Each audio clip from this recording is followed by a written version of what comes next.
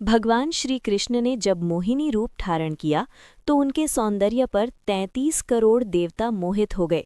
सभी देवताओं ने मन में यही कामना हुई कि ऐसी सुंदरी उनकी पत्नी बन जाए, परंतु केवल एक देवता ऐसे थे जिनके मन में मोहिनी के प्रति इस तरह का भाव नहीं आया। वे थे सूर्यदेव। सूर्यदेव ने मोहिनी रूप को देखकर मन ही मन कहा, यदि ये मेरी पुत्री बन जाएं तो मेरा जीवन धन्य हो जाए। सूर्यदेव की इस भावना को समझकर भगवान श्री कृष्ण ने उनकी ओर कटाक्ष किया और संकेत किया कि उनकी इच्छा पूर्ण हो गई है। समय बीतने के बाद सूर्यदेव ब्रजभूमि में वृषभानु महाराज के रूप में अवतरित हुए।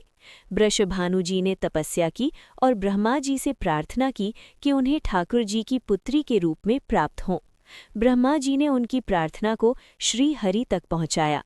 ठाकुर जी ने विचार किया कि वे नंद यशोदा और देवकी वासुदेव के यहाँ पुत्र के रूप में जन्म लेने वाले हैं, लेकिन प्रेम की स्थापना के लिए एक विशेष अवतार लेना होगा।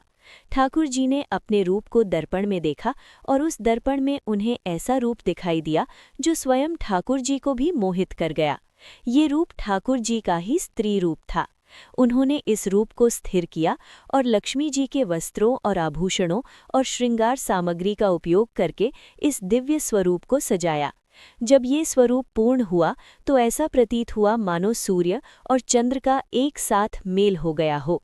ये दिव्य तेज इतना अद्भुत था कि स्वयं ठाकुर जी भी नेत्र मूंदने को विवश हो गए। जब उन्होंने नेत्र खोले तो उनके सामने श्री राधा रानी का दिव्य स्वरूप प्रकट हुआ। श्री राधा के प्राकट्य का समय सुबह 4 बजे का था, जो ब्रह्म मुहूर्त का समय है। भगवान के अन्य अवतारों का प्राकट्य दोपहर 12 बजे, रात्रि 12 बजे होता है, परंतु राधा रानी का जन्म ब्रह्म मुहूर्त में हुआ है, जो नए दिन की शुरुआत का प्रतीक है। ये इस बात का संकेत था कि प्रेम का प्रकाश संपूर्ण विश्व में फैलने वाला है। राधा रानी के अवतरण पर वृषभानु महाराज और कीर्ता माता के घर उत्सव मनाया गया। सभी गोप गोपियां ब्रजवासी आनंद में झूम उठे, लेकिन एक अद्भुत घटना ने सबको चकित कर दिया। राधा रानी अपनी आंखें नहीं खोल रही थीं। वृषभानु महाराज और माता कीर्ता बड़े चिंतित हो गए। कई साधु संत और विद्वान उनके दर्शन करने आए, लेकिन किसी के भी प्रयास से राधा रानी ने अपनी आंखें नहीं खोलीं। तभी देवताओं के आग्रह पर नारद मुनि वहां आए। उन्होंने राधा रानी के पास बैठकर उनकी स्तुति की। नारद मुनि ने जैसे ही स्तुति आरंभ की, राधा रानी ने पहली बार अपनी दिव्य नेत्रों से नारद मुनि की ओर देखा। उस समय राधा रानी का स्वरूप ऐसा था मानो मृगनयनी सुंदर बालिका अपने पालने से झांक रही हो। ये दृश्य देखकर नारद जी आनंद से झूम उठे। उन्होंने अपनी वीणा और कपाल बजाकर कीर्तन प्रारंभ कर दिया और गाने लगे, जय राधे जय वृंदावन वासिनी। वृषभानु महाराज और अद्भुत दृश्य देखकर भाव विभोर हो गए।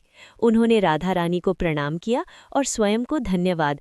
उन्होंने अनुभव किया कि उनकी पुत्री कोई साधारण बालिका नहीं, बल्कि साक्षात देवी है। इस प्रकार श्री राधा का अवतरण प्रेम की स्थापना के लिए हुआ। ठाकुर जी ने ज्ञान, धर्म और वैराग्य की स्थापना के लिए कई अवतार लिए, लेकिन प्रेम की स्थापना की